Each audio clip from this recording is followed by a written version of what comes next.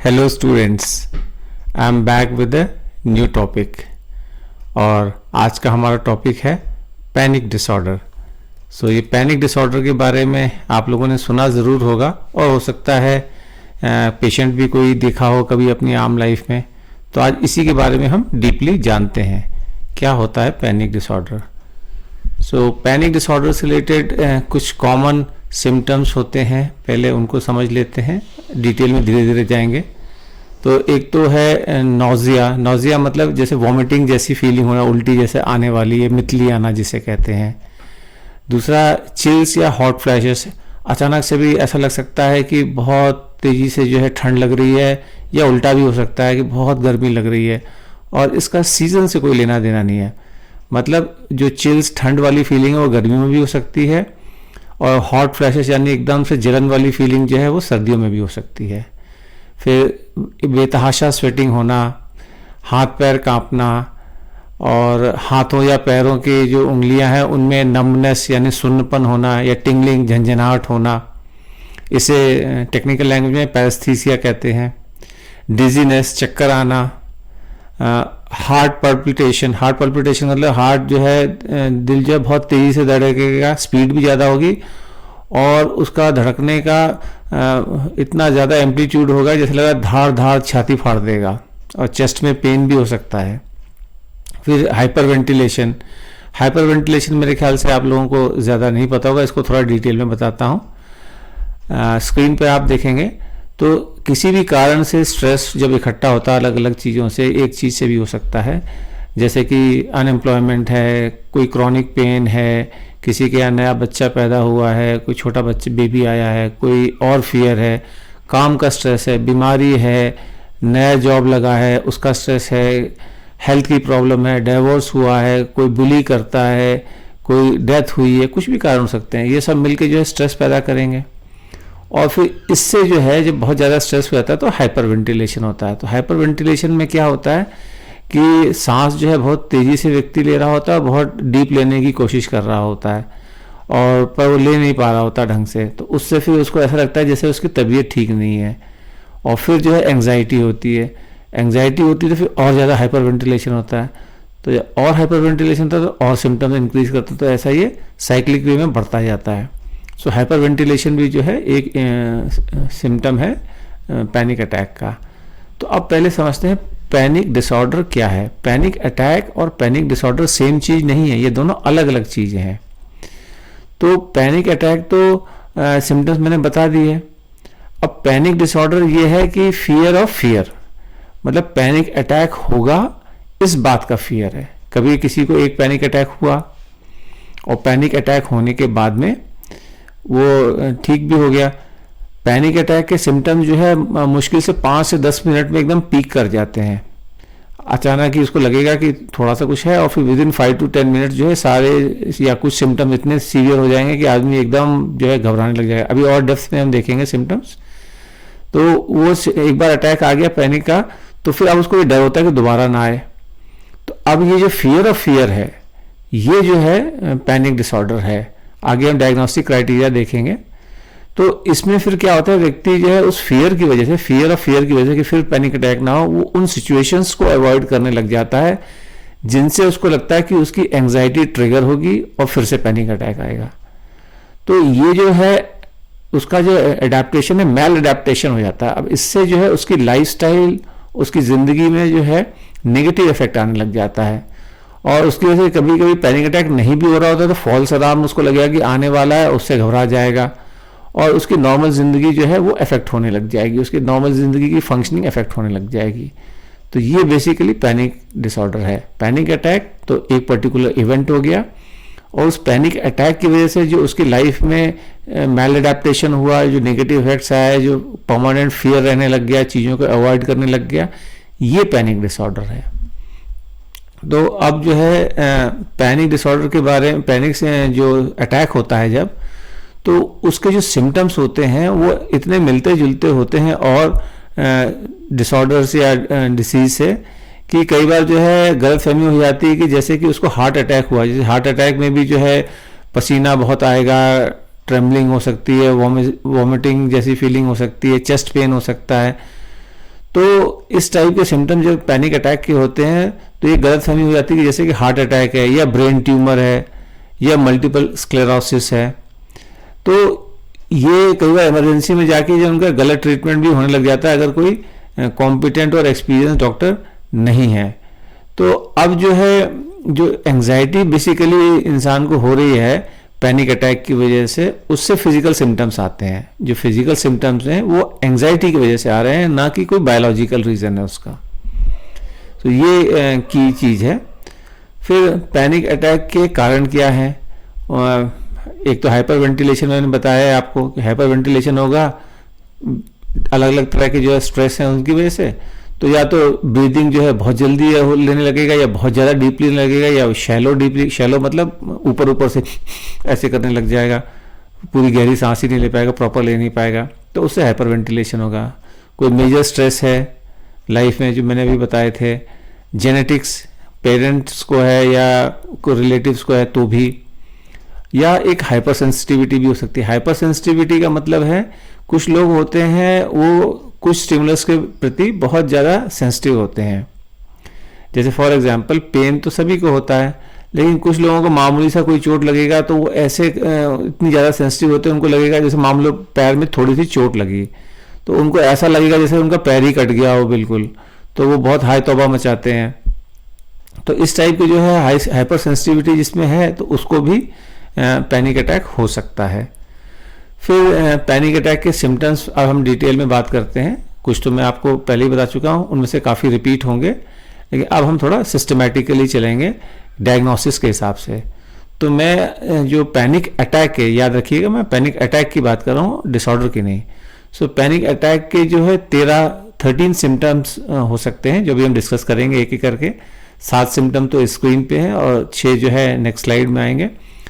तो इन 13 में से 4 या 4 से अधिक सिम्टम्स होने चाहिए। Out of 13 there should be at least 4 और मोर देन 4। तो क्या क्या है? सबसे पहला पैल्पिटेशन। पैल्पिटेशन मैंने बताया था कि जो है हार्ट से रिलेटेड होता है, या तो हार्ट जो है स्पीड धड़कने की जो है वो बढ़ जाती है, या हार्ट पाउंड करने लग जाता है। पाउंड का मतलब जैसे धौंकनी चल रही है, धार धार धार, उसको महसूस होता है कि छाती फाड़ देगा उसका हार्ट, ऐसा महसूस हो रहा होता है। स्वेटिंग, बहुत ज़्यादा पसीना होता है, हाथ पैर कांप रहे होते हैं, और सांस जो है उसको ऐसा लग रहा है कि सांस पूरी तरह ले नहीं पा रहा है या सांस घुट रहा है, कोई गला दबा रहा है, ऐसा महसूस हो रहा होता है। ये फीलिंग ऑफ चोकिंग हो गया। फिर चेस्ट में पेन या असहजता है, कोई डिस्कम्फर्ट है चेस्ट में, नोजिया, वॉमिटिंग जैसी मितली आना, या एब्डोमेन में डिस्ट्रेस की, पेट में जो ऐसा लग रहा है कि कुछ गड़बड़ है। ये 7 हो गए। नेक्स्ट 6 आपकी स्क्रीन पे फिर हैं। तो फीलिंग डिजी, जैसे चक्कर आना जो है वो होता है, आदमी अनस्टेडी हो जाता है, बैलेंस उसका नहीं बन रहा होता, सर उसको ऐसा लगता है बिल्कुल हल्का हो गया, या बेहोश होने वाला, या बेहोश भी हो जाता है, ऐसा भी होता है।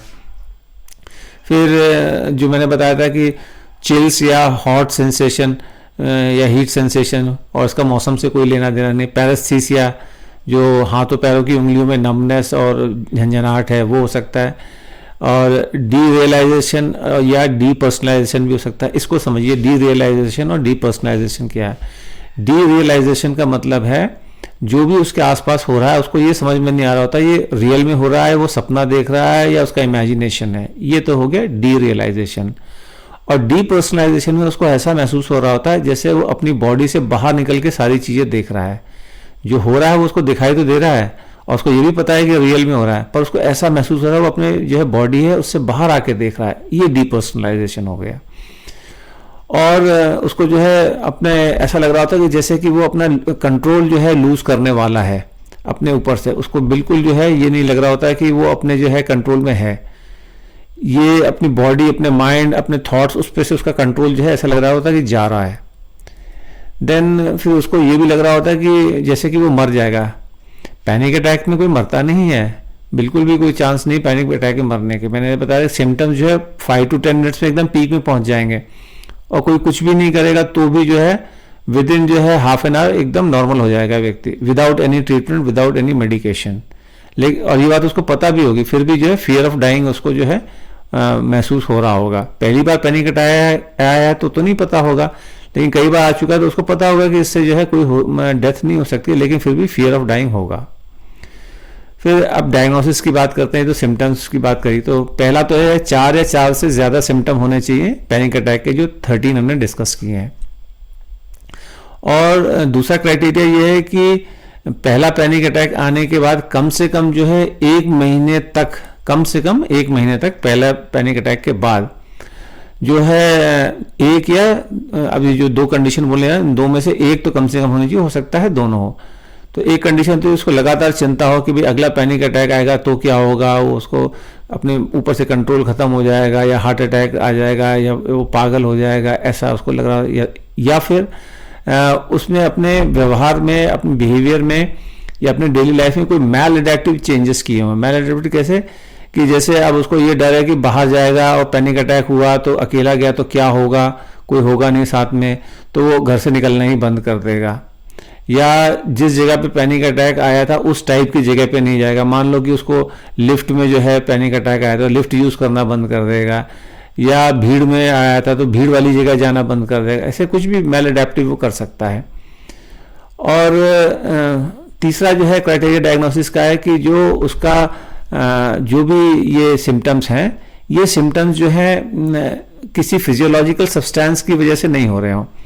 यानी कि जैसे कोई अफीम, चरस, गांजा, हशीश, हेरोइन या एक्सेसिव अल्कोहल, इनकी वजह से जो है ये पैनिक अटैक नहीं हो रहा हो। और चौथी बात जो है वो ये है कि जो कोई और मेडिकल डिसऑर्डर या मेंटल डिसऑर्डर नहीं होना चाहिए जिसकी वजह से ये हो। आगे भी हम बात करेंगे और कौन से मेंटल डिसऑर्डर्स हैं जिनकी वजह से इस टाइप के सिम्टम्स आते हैं। तो अगर वो मेंटल डिसऑर्डर्स हैं और ये सिम्टम्स उनकी वजह से आ रहे हैं तो फिर ये पैनिक अटैक नहीं माना जाएगा। अब जो है रिस्क फैक्टर्स की बात करते हैं कि रिस्क फैक्टर्स मतलब किस किस कंडीशंस में ये चांसेस हैं कि पैनिक अटैक हो या पैनिक डिसऑर्डर बन जाए वो।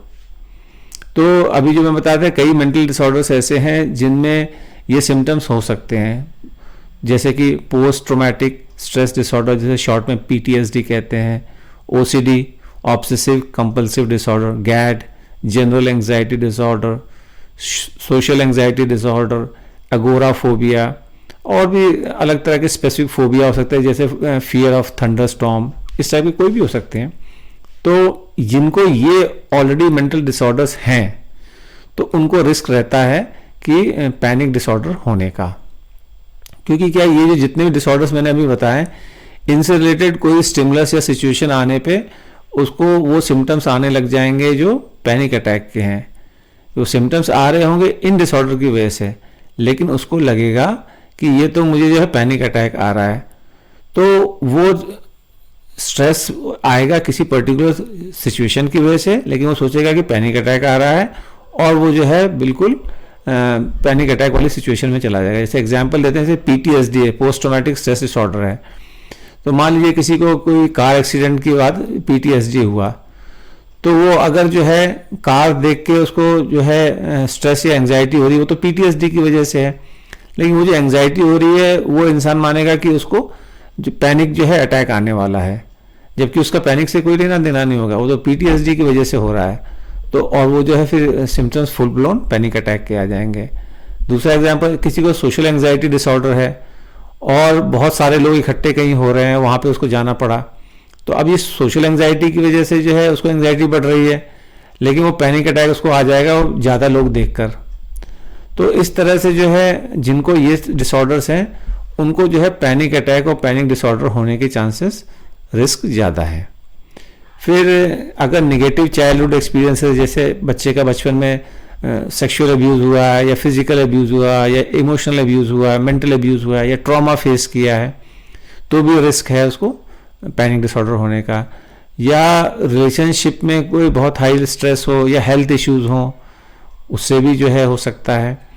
फिर जेनेटिक प्रीडिस्पोजिशन भी है कि अगर फैमिली में किसी को रहा है तो भी जो है चांस है इंसान को होने को, लेकिन कोई गारंटी नहीं है। जेनेटिक का मतलब ये नहीं कि पेरेंट्स को है, किसी एक पेरेंट को या इवन दोनों को है तो भी कि होगा।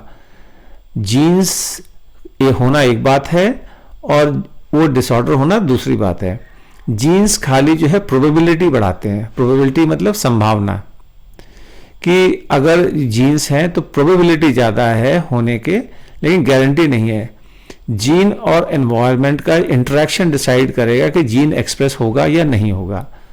तो अगर जीन को फेवरेबल एनवायरनमेंट मिलेगा तभी वो जीन एक्सप्रेस होगा, अगर फेवरेबल एनवायरनमेंट नहीं मिला तो जीन एक्सप्रेस नहीं होगा। इसको ऐसे समझिए कि जैसे कोई बीज है, उसको आप बोतल में बंद करके रख दीजिए, वो पेड़ नहीं बनेगा, कभी नहीं बन सकता। लेकिन उसको जब सही खाद, सही ज़मीन, सही हवा, सही मॉइस्चर, धूप, ये सब मिलेगी तो वो पेड़ बन जाएगा। ये चीज़ जेनेटिक डिसऑर्डर्स में भी होता है कि जेनेटिक प्रोबेबिलिटी तो बढ़ जाएगी जेनेटिक से, लेकिन गारंटी नहीं होती है। फिर कोई किसी को बार बार अनवांटेड इमोशंस हो रहे हैं, उससे भी जो है रिस्क बढ़ जाता है पैनिक डिसऑर्डर का। और कुछ लोग ये सोचते हैं कि एंजाइटी होना हमेशा खराब बात है, ऐसा नहीं है। एंजाइटी हमेशा खराब नहीं है। जैसे स्ट्रेस है हमेशा खराब नहीं होता है। स्ट्रेस जो है आपको मोटिवेट भी करता है ज़्यादा एफर्ट करने के लिए। तो अगर स्ट्रेस जो है कि हम बात करें तो दो तरह का स्ट्रेस होता है, या तो यू स्ट्रेस होगा, यू मतलब EUSTRESS, EUSTRESS, इसे कहेंगे यू स्ट्रेस। या तो यू स्ट्रेस होगा या डिस्ट्रेस होगा। तो डिस्ट्रेस तो खराब वाला स्ट्रेस है और यू स्ट्रेस जो है अच्छा वाला स्ट्रेस है। तो पहचानेंगे कैसे कि अच्छा स्ट्रेस है या खराब स्ट्रेस है? अगर वो स्ट्रेस आपकी परफॉर्मेंस को बढ़ा रहा है, इंप्रूव कर रहा है, आपका मोटिवेशन लेवल हाई कर रहा है, तो वो यू स्ट्रेस है। और वो अगर आपको डिमोटिवेट कर रहा है, आपकी परफॉर्मेंस को खराब कर रहा है, डरा रहा है, नेगेटिव थॉट्स ला रहा है, तो फिर वो डिस्ट्रेस है। तो स्ट्रेस से ही एंजाइटी होती है। तो एंजाइटी हमेशा खराब चीज़ नहीं है। एंजाइटी अगर आपकी परफॉर्मेंस को इम्प्रूव कर रही है तो वो अच्छी बात है। तो एंजाइटी थोड़ा सा होते ही ये घबरा जाना, अरे मुझे एंजाइटी हो रही, ऐसा जो लोग सोचते हैं तो उनको भी रिस्क है पैनिक डिसऑर्डर होने का। अब बात करते हैं कोमॉर्बिडिटी की। कोमॉर्बिडिटी मतलब कि जो पैनिक डिसऑर्डर है इसके साथ में और कौन कौन से डिसऑर्डर होने की पॉसिबिलिटी है, संभावना, गारंटी नहीं, पॉसिबिलिटी है। यानी कि अगर कोई पैनिक डिसऑर्डर का पेशेंट आया, डायग्नोस हुआ कि पैनिक डिसऑर्डर है, तो साथ में ये भी चेक कर लेना ठीक रहता है कि कहीं पैनिक डिसऑर्डर के अलावा ये डिसऑर्डर्स भी तो नहीं है जो आपकी स्क्रीन पे लिखे हैं। पहला है एंग्जाइटी डिसऑर्डर, और खासतौर से एगोराफोबिया वाला। एगोराफोबिया मतलब फियर ऑफ ओपन स्पेसेस, जहाँ पे काफ़ी लोग हों, तो वो भी देखा गया कि पैनिक डिसऑर्डर में ऐसा होता है। Major depressive disorder, bipolar disorder या माइल्ड अल्कोहल यूज डिसऑर्डर, ये भी अक्सर देखा गया है कि एंजाइटी से वो रिलीफ पाने के लिए अल्कोहल रेगुलर यूज़ करने लग जाता है, तो माइल्ड अल्कोहल यूज डिसऑर्डर भी हो गया है। फिर कुछ चीज़ें याद रखने की हैं पैनिक डिसऑर्डर से रिलेटेड कि जो पेशेंट है उसका रिएक्शन जो है इस डिसऑर्डर को और ख़राब बनाता है, क्योंकि जो इसके सिम्टम्स हैं वो तो अपने आप ही ठीक हो जाएंगे 20-25 मिनट, मैक्सिमम आधा घंटा में। अगर वो खुद पैनिक करेगा तो सिम्टम्स और सीवियर हो जाते हैं। और दूसरी बात क्या है कि आपको अगर हमेशा पैनिक अटैक ही सोचोगे, एंजाइटी को होने वाला है, तो फिर वो भी प्रॉब्लम है। ये भी तो हो सकता है कि आपको गैड की वजह से एंजाइटी हो रही है, जनरल एंजाइटी डिसऑर्डर। ये भी हो सकता है कि खाली आपके पेट में गैस बन रही हो, उसकी वजह से पेट में जो है गड़बड़ महसूस हो रही है, या आप जो है ब्रीदिंग ठीक से नहीं ले रहे हो, या नहीं ले रहे हो ब्रीदिंग एट ऑल, थोड़ी देर खाम में सांस रोक ली है कि अटैक ना आ जाए मुझे पैनिक, तो उससे भी हो जाता है। और ये हमेशा जो है याद रखना है कि पैनिक अटैक से मरने की संभावना तो है नहीं, तो उससे डरना क्या।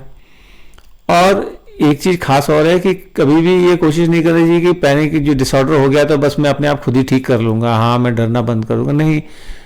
जो मेडिसिन की ज़रूरत है तो डॉक्टर से पूछिए, साइकोथेरेपी की ज़रूरत है तो वो भी डॉक्टर बताएगा, आपको क्लिनिकल साइकोलॉजिस्ट बताएगा।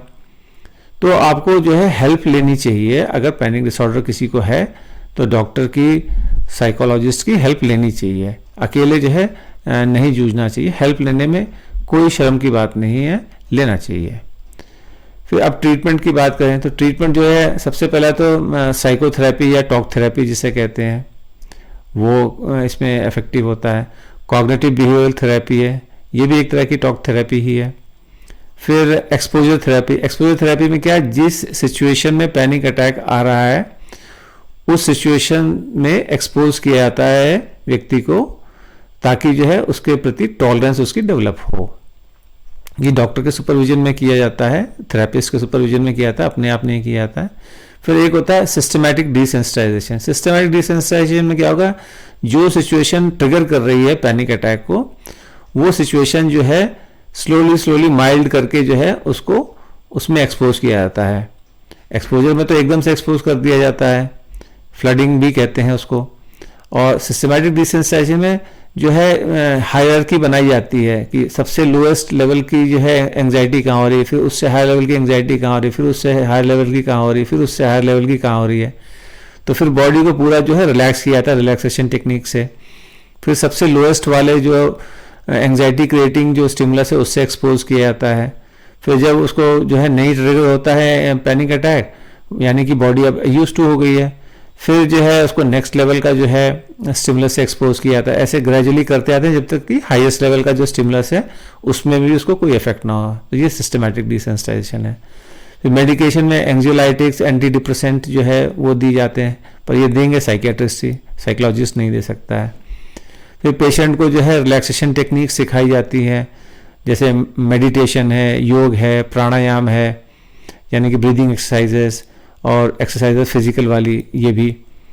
तो जितना वो बॉडी को जो है रिलैक्स रखेगा उतना पैनिक अटैक आने के चांस कम है, क्योंकि पैनिक अटैक आना और बॉडी रिलैक्स होना दो अपोजिट चीज़ें हैं।